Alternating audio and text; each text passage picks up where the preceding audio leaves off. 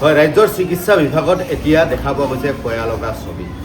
হয়, মই বৰ্তমান উপস্থিত আছোঁ ধুবুৰী জিলাৰ চাপৰ সামূহিক চিকিৎসালয়ত।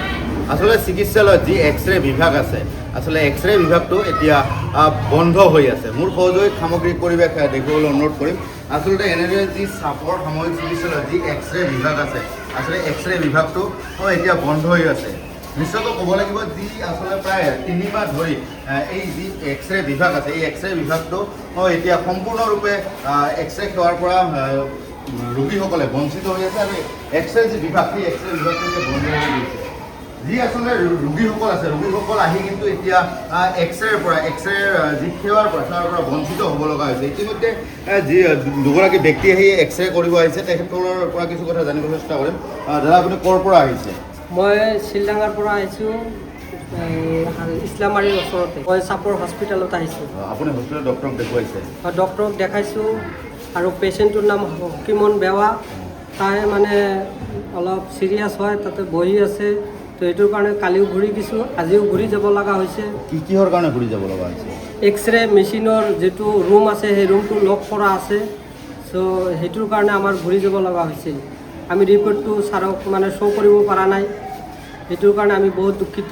কিন্তু এতিয়া চৰকাৰী চিকিৎসালয়, আচলতে চৰকাৰী চিকিৎসালয় এক্সৰেটো আছে, মেচিনবিলাক আছে, কিন্তু বন্ধ হৈ আছে। কেনেকুৱা ধৰণৰ অসুবিধাৰ সন্মুখীন হৈছে আপোনালোকে? আমি ভালে মানে অসুবিধা ভুগি আছোঁ।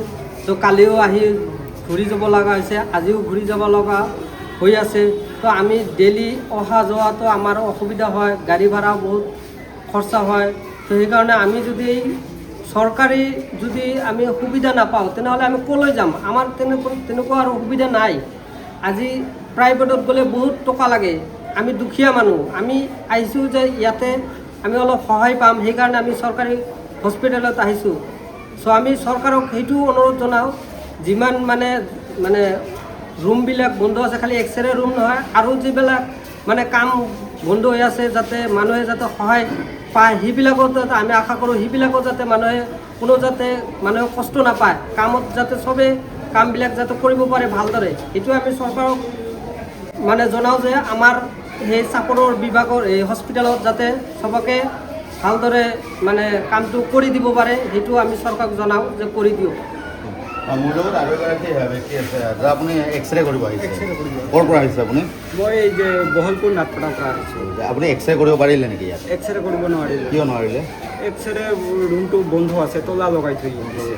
আপুনি দুখীয়া চৰকাৰী চিকিৎসালয় আচলতে বিনামূলীয়াকৈ দুখীয়া ৰাইজৰ কাৰণে বহু সেৱা প্ৰদান কৰি আছে, কিন্তু তেনে সময়ত চাপৰ চিকিৎসালয় যি এক্সৰে বিভাগ আছে, এক্সৰে বিভাগটো বন্ধ হৈ আছে। কেনেকুৱা ধৰণৰ অসুবিধাৰ সন্মুখীন হৈছে আপোনালোকে? এতিয়া এক্সৰে কৰিব নোৱাৰিলোঁ, ইয়াৰ কাৰণে আৰু কেইদিন ঘূৰি যাব লাগিব, ক'ব নোৱাৰোঁ। বাহিৰত কৰিব লাগিব? বাহিৰত কৰিব লাগিব। এই যে চৰকাৰক মই মিডিয়াৰ জৰিয়তে কওঁ যে অতি সোনকালে এইটো খুলি দিব লাগে। বহুত পাব্লিকৰ অসুবিধা হৈ আছে, আমাৰ নিচিনা দুৰ্ভগীয়া মানুহৰ বিৰাট প্ৰব্লেম হৈ আছে। বাহিৰত গ'লে টকা লাগে? বাহিৰত গ'লে টকা লাগে।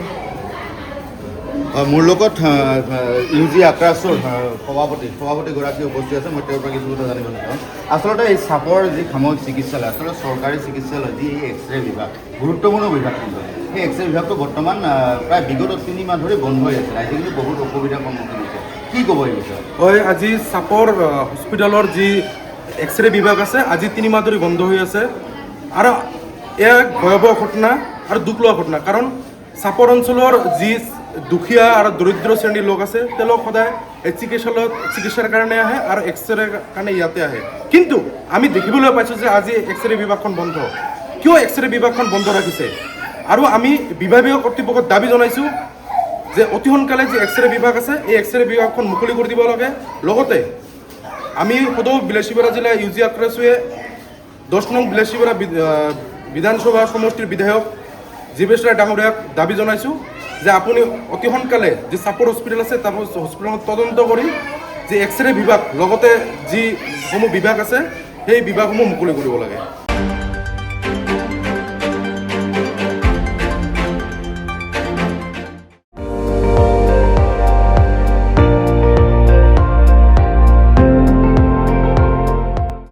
আপুনি চাই আছে ND24, সৰ্বশ্ৰেষ্ঠ নহয়, সৰ্বোত্তমৰ দৌৰত।